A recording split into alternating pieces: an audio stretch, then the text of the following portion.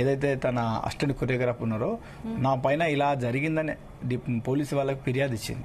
So వాళ్ళు కూడా దాన్ని డిపార్ట్మెంట్ వాళ్ళు కూడా అన్ని కోరాల దాన్ని ఆ కేసును చేస్తున్నారు అని ఎవరో నడుస్తుంది.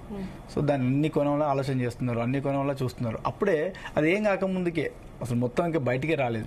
ఇప్పుడు బయటకు రాలేదంటే పోలీసులు ఆల్మోస్ట్ కేసు నమోదు చేయబోతున్నారు, ఇంట్రాగేషన్ చేస్తున్నారు. ఖచ్చితంగా ఎవిడెన్స్ బేస్ పైనే పోలీసులు కూడా ముందుకెళ్తారు. కాబట్టి అంటే ఇప్పుడు ఎవరైతే అమ్మాయి ఇప్పుడు జానీ మాస్టర్ ని లైంగికంగా వేధించారు, జానీ మాస్టర్ అని వేధింపులతో ఒక దుమారం రేగింది, అమ్మాయి బయటకు వచ్చింది కాబట్టి ఆమె ప్రూఫ్స్ కూడా పెడుతుంది కదా, జానీ మాస్టర్ తో ఉన్న ఫొటోస్ కూడా పెడుతుంది కదా.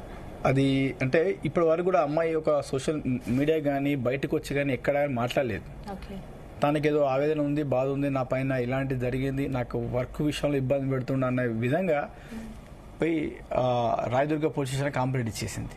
సో దీని పరిధి కాదని వీళ్ళు దాన్ని 0 ఎఫ్ఐఆర్ చేసి ఏదైతే నార్సింగ్ పోలీస్ స్టేషన్ ఉందో దానికి ట్రాన్స్ఫర్ చేశారు.